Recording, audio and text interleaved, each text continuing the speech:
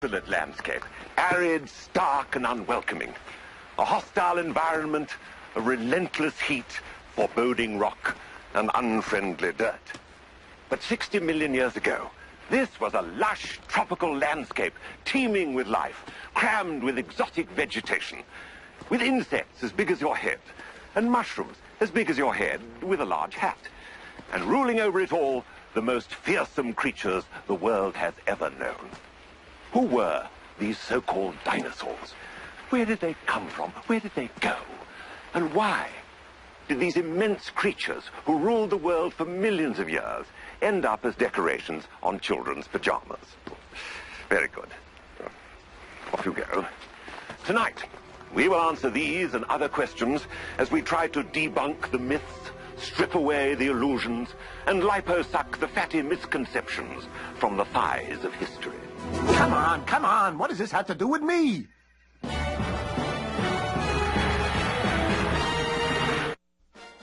meteor 3 times the size of Earth is heading towards us in a collision course that will result in the extinction of all life on this planet. This just in? No, it's not. Here, beneath the ancient soil of the Serengeti, we find these enormous bones. Too large for any dog to have buried, they must be the remains of the great dinosaurs. If only these bones could talk. If they had but tongues and little lips, and you could say, "Hello, bone, tell us what happened." But these bones do not speak. At least, not loudly enough for us to hear. So we can only surmise what life was like 60 million years ago. It was then, during the dawn of the Jurassic period, that the world first witnessed the birth of this most terrifying creature. Oh, God. Oh, God.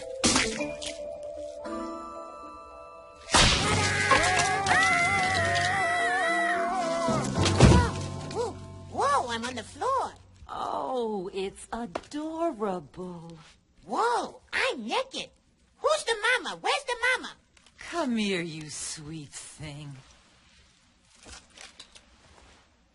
Oh, hi. How you doing? How you doing? How you doing?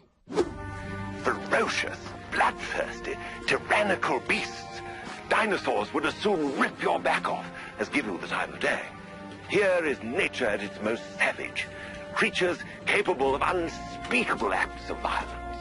I'm gonna bite you now. No, this bat may be a little too heavy for you. Ow! Not the mama. I should have seen that coming. No!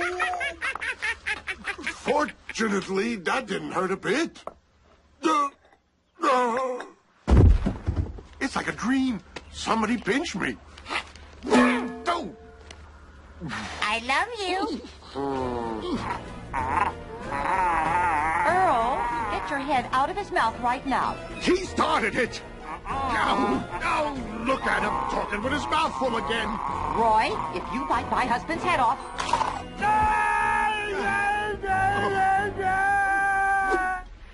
But of all the dinosaurs, none was so feared as the Triceratops. From the Latin tri, meaning 3, cera, meaning horn, and tops, meaning boss or employer. Suggestions! Want 'em! Now! All right. Let me see which one of you I want to hear from first. Oh, please, no. Not me, please, not me, please. I think I pick you.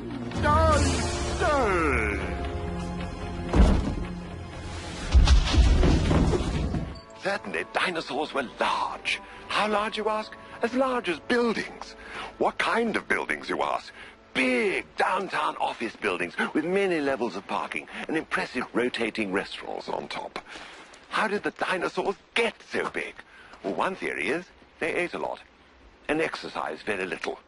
So for these enormous building-sized creatures, finding sufficient food to sustain life was a constant struggle. You can have a frozen dinner, Earl. We've got a frozen dinner right here. Aren't you hungry? Your appetizer is getting cold.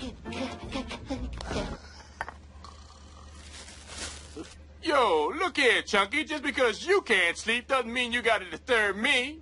No. Then tuck me in. Yeah. Take me out of the refrigerator this time of night, I'll lose my space. Hey, kiss me goodnight. No. And don't be putting me in no vegetable bed. I'll wake up in the vegetable bed and I'll come out and kick your big flabby dinosaur butt all up and down the supercontinent. This constant quest for food struck mortal fear in the hearts of all smaller creatures. Indeed, no sight on Earth was more terrifying than a voracious herd of hungry dinosaurs. That's lunch. Spit that out. Oh, ow. It's going back to the restaurant. Hey, I had a hat. Oh. Here you go. Yeah. Thanks. You're disgusting me with the way you chew with your mouth open. Huh? I'm telling you, I can see your lunch. And your lunch can see me. Nah. How you doing? Will you tell him it's disgusting? Hey, listen. I hate to be critical, but I'm gonna have to agree. And let me tell you, you got one major plaque buildup back here. Huh? Oh, gee, swallow it. Spit it out. Do something. Yeah, make up your mind. Oh. Whoa, man, do I need a shower. Earl, you hurt my feelings and embarrassed me in front of my lunch. This is it, boy. Bon appetit. Dad, I don't wanna. Eat them. I'm not even hungry. Put them in your mouth and chew. You can't make me. Hey, what's with the kid? Nothing. Nothing's wrong with my kid. He's a vigil, isn't he? Hey.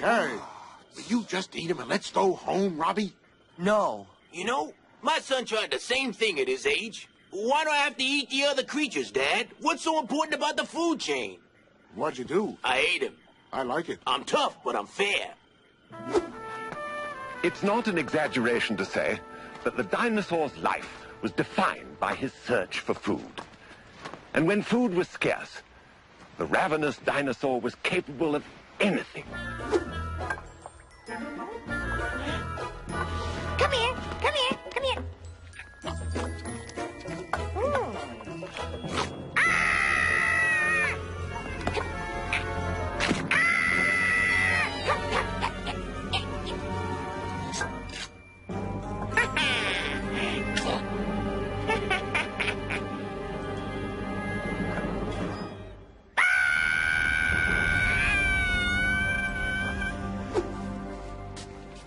Here is an unexpected and exciting find.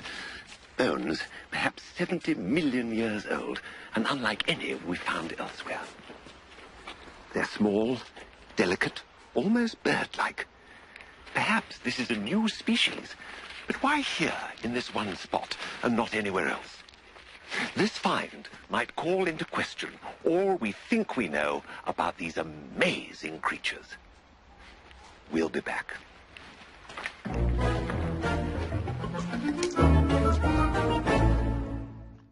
Hello, and welcome back.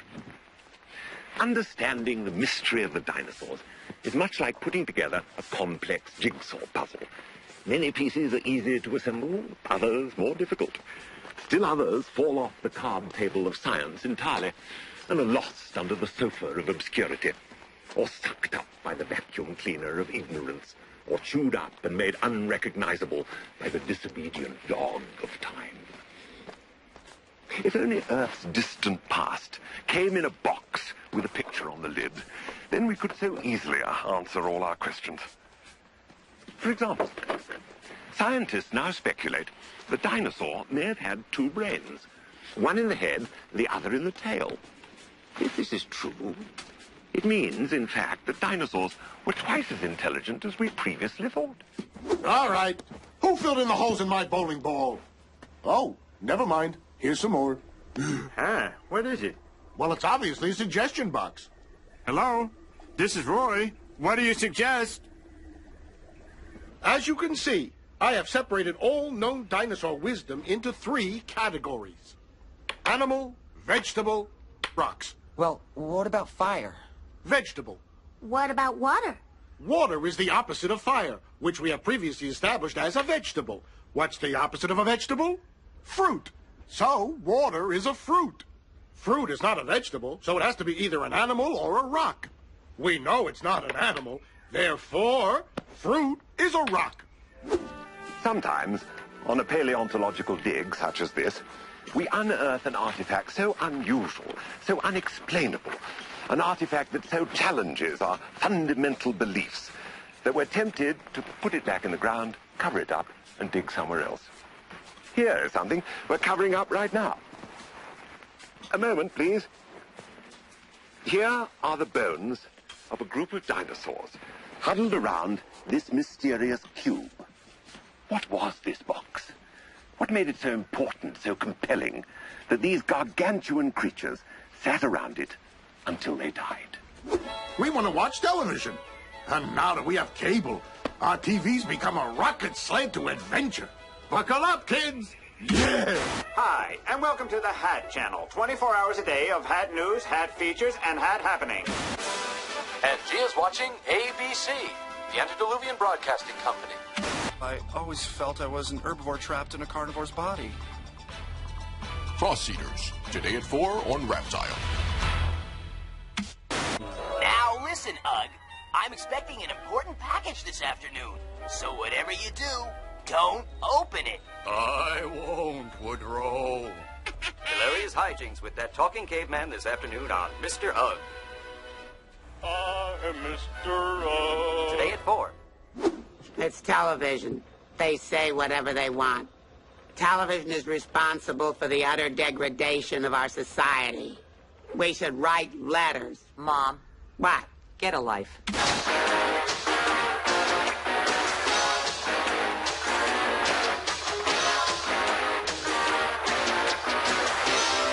Welcome back to DTV. You're in the middle of a weekend of macho idiot rock. That's right. All weekend long, superficial adolescent male posturing and shallow, meaningless songs. Cool. This special weekend is brought to you by beer. Well, as you can see, we've got ourselves an active supercontinent this morning.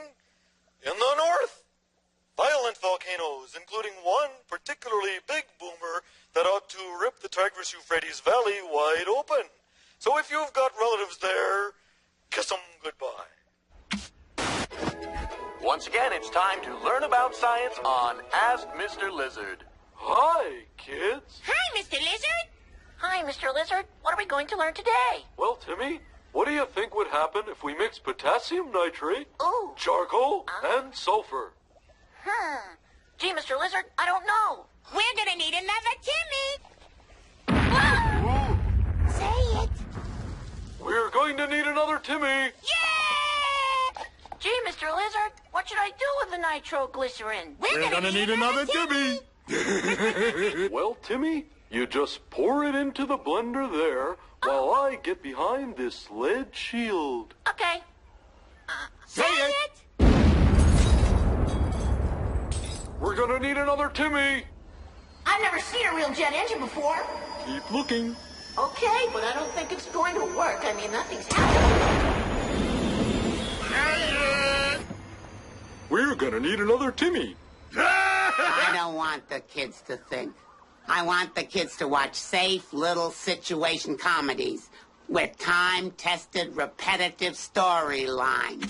Coming this fall on ABC.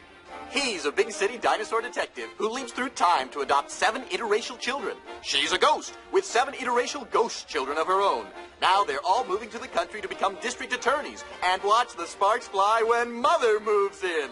It's all way too complicated. Wednesdays at 8. Wow! Geez, more of the same. And so we leave this artifact for future generations of paleontologists to dig up, ponder over, become frustrated with, and then bury again. Oh, thank you, Miss Honeywell. You're doing a splendid job. You're capable, efficient, very professional. Sex. For the dinosaur, mating was an elaborate ritual. Hey, look at the tail on that one. Lift it, don't drag it, sweetheart. So, Mom, when I walk, do I swing it back and forth, or do I just let it drag? Nice girls don't swing. So boys like that? They're crazy for it. Mother? Sweetheart, just swing it a little until you get married. Then you can put it away. And even though young Robbie was caught with his pants down, so to speak, he was merely pursuing the female of the species. And I'm sure even you as a youth fell prey to a well-turned tale. Am I right?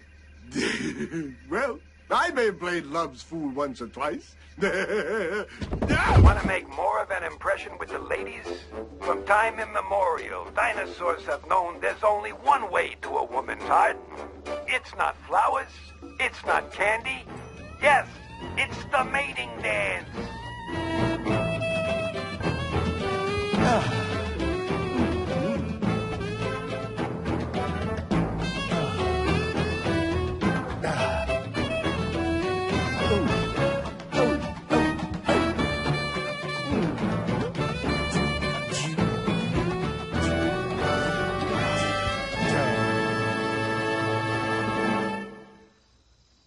Fran?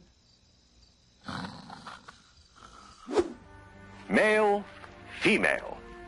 To the untrained eye, they're virtually indistinguishable. But within the dinosaur family, gender roles are quickly established and rigidly maintained.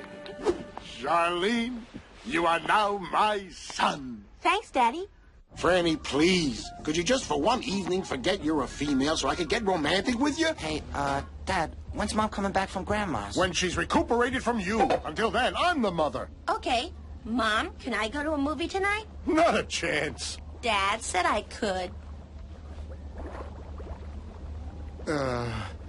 He really did? Mm-hmm. Hey, listen, Dad, I had a late lunch. I'll see you later, okay? Where do you think you're going? Out with the guys to mark some territory. I slaved over a hot oven making a nice dinner for you kids. And now you're going to sit at this table and eat that dinner and express proper gratitude to your mother, father. Night. Hey! You don't think I'm going to let go of this table and come after you two? You're playing with fire here. Oh, I'm telling you, you're playing with fire! No, I'm playing with fire.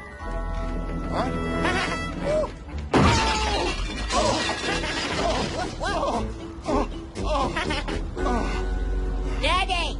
What? Hot! Go! Where are we going?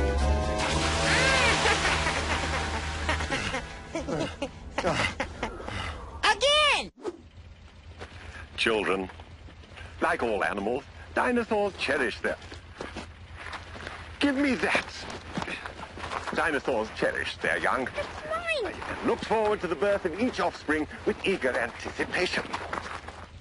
What I'm trying to say is that life holds such enormous possibilities as long as there's nothing inside that egg.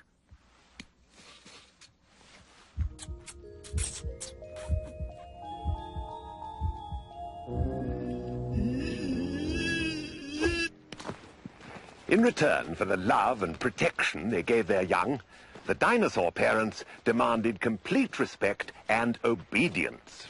Not the mama, not the mama, not the mama, not the mama, not the mama, not the mama. You do that one more time and I'm going to throw you across the room. Not the mama! Whee! Oof. Again! Want to give Daddy a kiss? Not the mama, not the mama, not the mama, not the mama, not the mama. Dad, it's starting to bother me. Not the mother, not the mother. No, that's not it at all. Good morning, my family who loves me. Not the mama.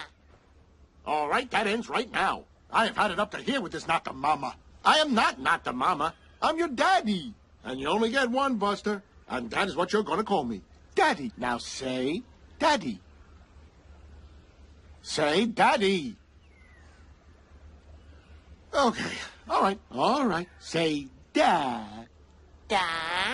Say dee. Dee. Da. Da. Daddy. Daddy. Franny. Daddy. Fred. Daddy. He loves me. Listen to him. Daddy, daddy. Daddy, daddy, daddy, daddy. Not the mama. And so our trek